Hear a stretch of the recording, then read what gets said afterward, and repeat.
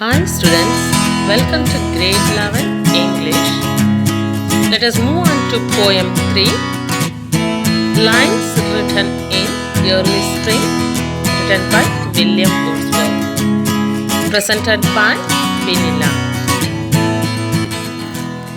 Before moving to the poem, let me discuss about the season.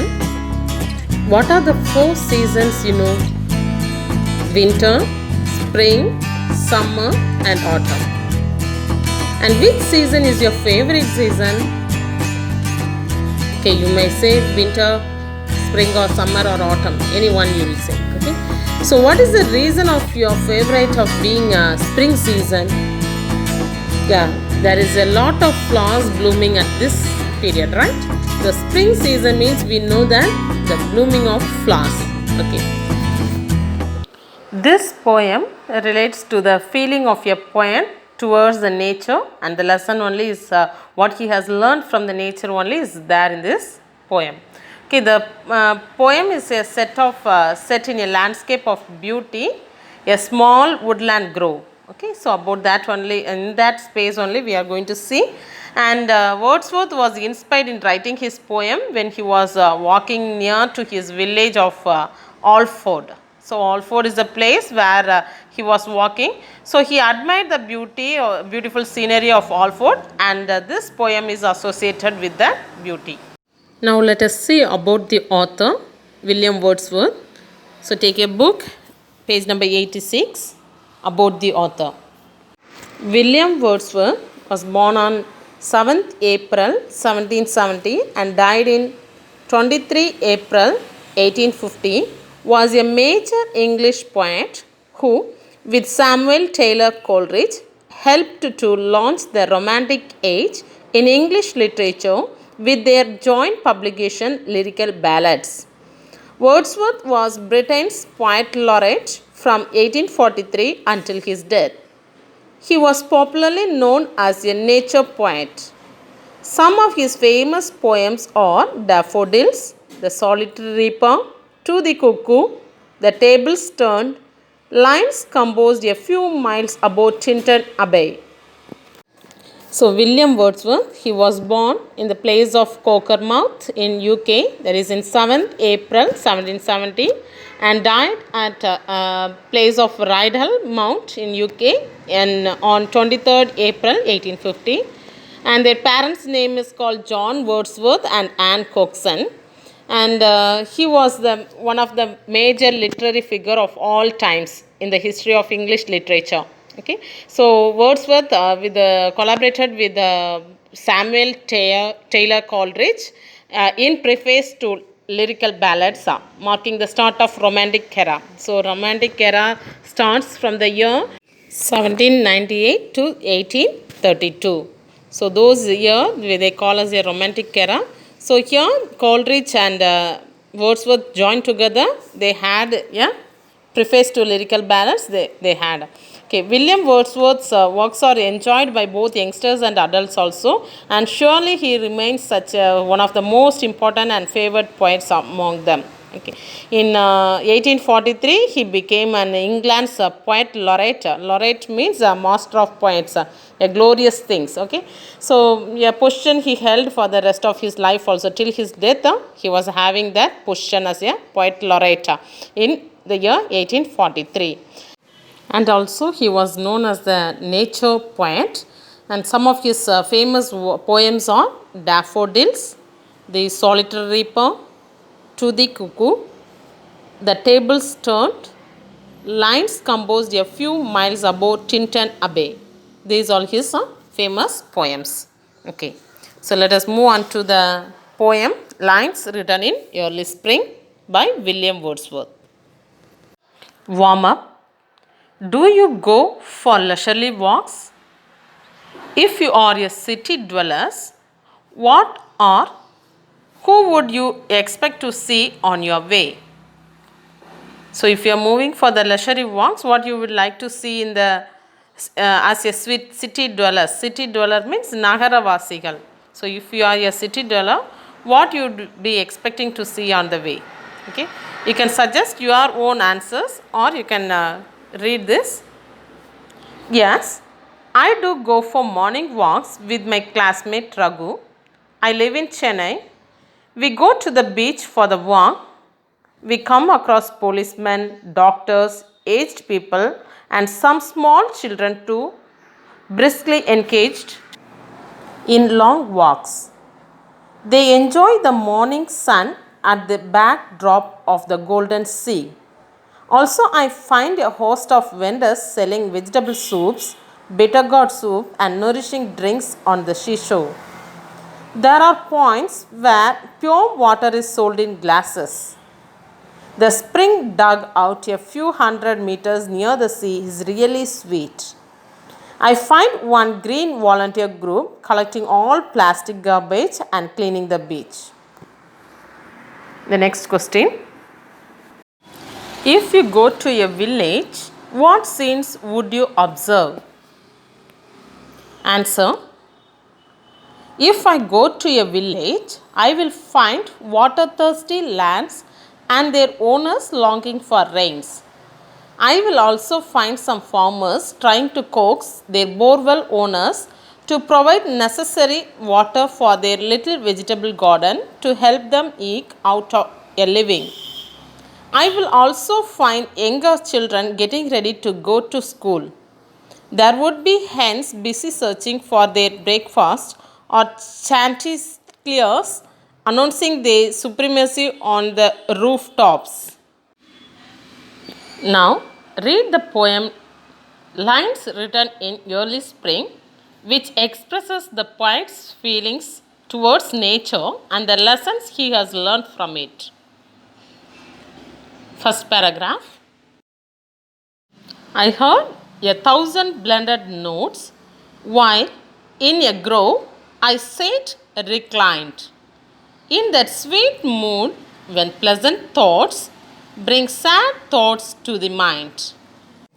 So, the explanation for this first paragraph is the poet William Wordsworth was reclining in a grove.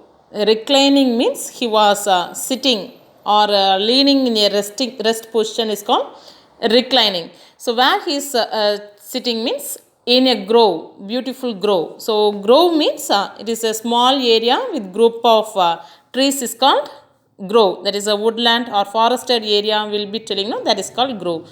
So this poet what he is doing, he is sitting in a relaxed manner in a grove. So that grove how it is means it is surrounded by a mixed sounds of nature, that is a musical notes of nature he could hear in that place, in that environment. So that environment brought him both a pleasant or a sweet mood and also this pleasant and sweet mood, it is changed sometimes into the sad thoughts in his mind.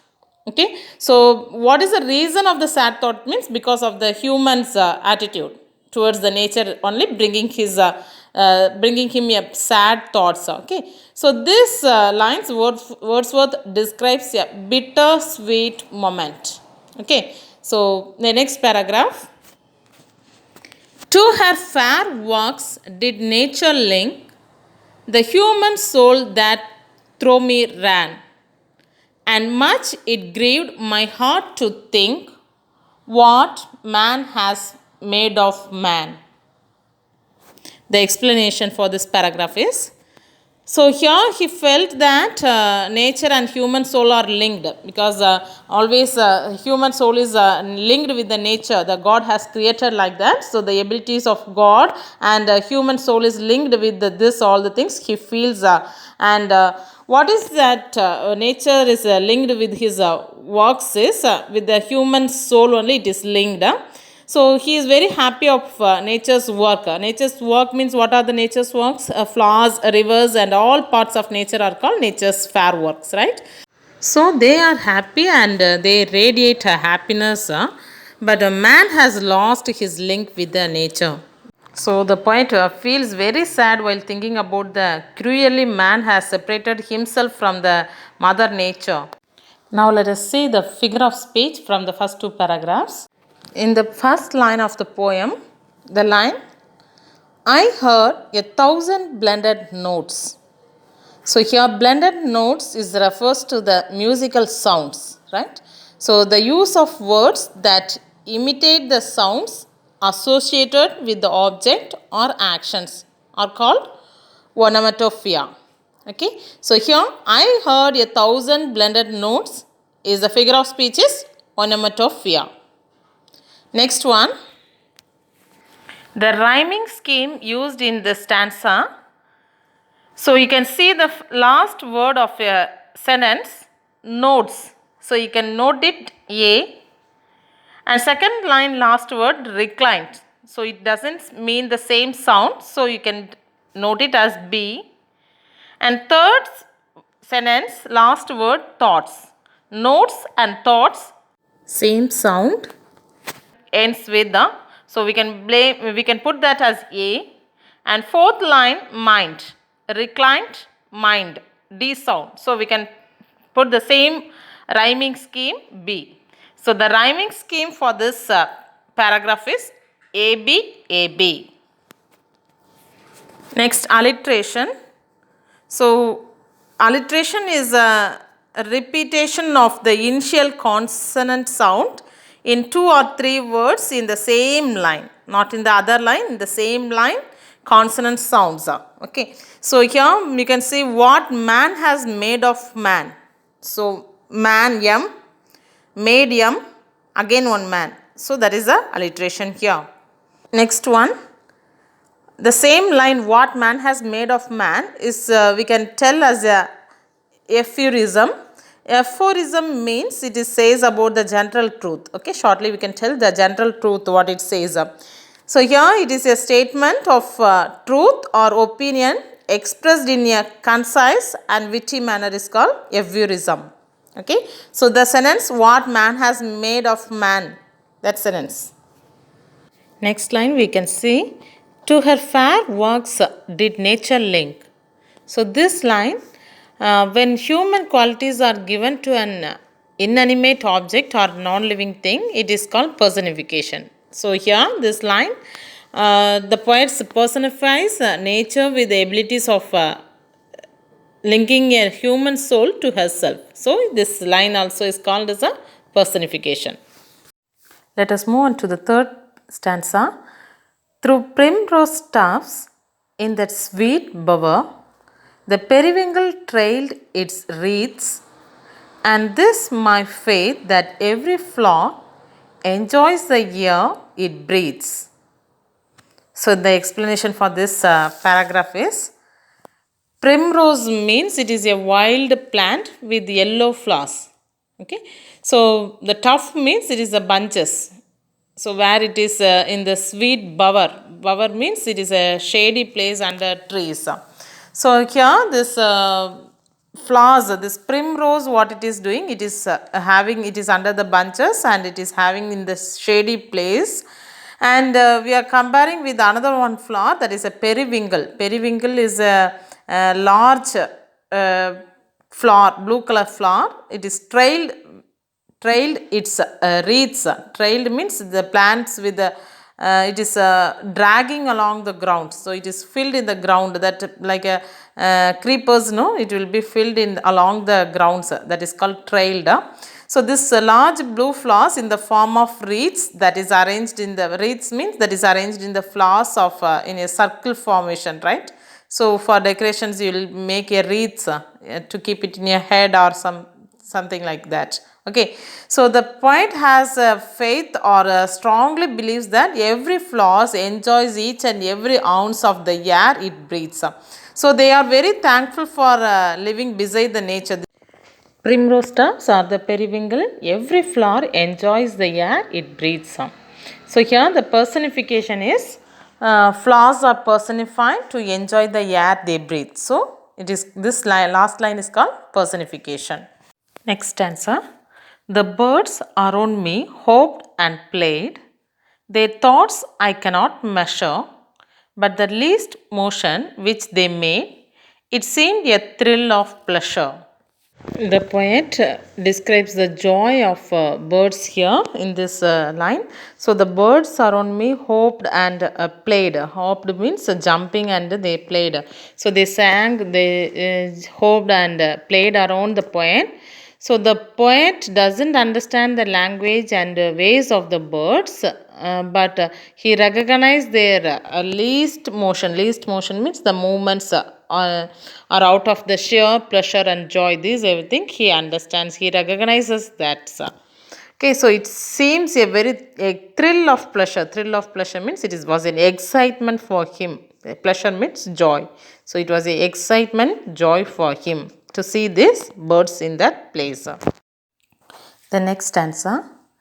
The budding twigs spread out their fan to catch the breezy air, and I must think, do all I can, that there was pleasure there.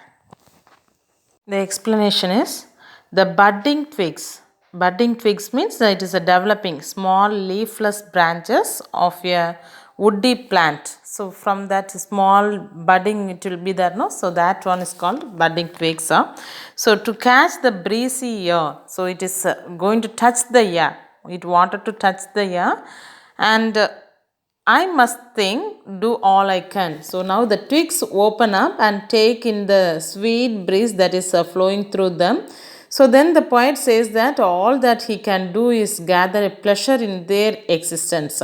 Okay, so he can gather all the pleasure means joy there. Last stanza.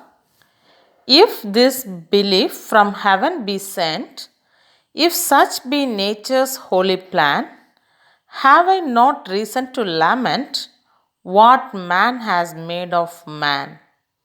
In the last paragraph, the poet concludes by God has created nature and it was the holy plan of God. So he wanted everyone to be happy. So he laments. Laments means sorrow, sad. That man is working against God's holy plan. So God has given us the nature, but man, what he is doing, he is not utilizing that in a proper way. So God feels very sad, very sorrow, laments. Okay.